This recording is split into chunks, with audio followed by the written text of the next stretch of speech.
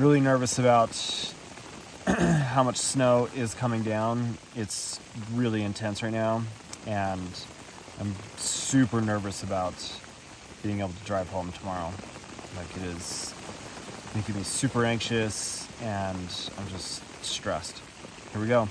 Let's get packed up.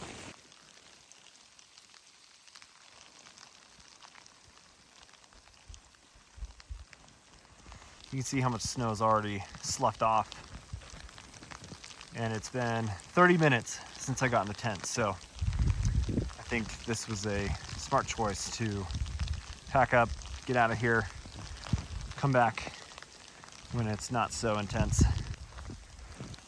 Wow.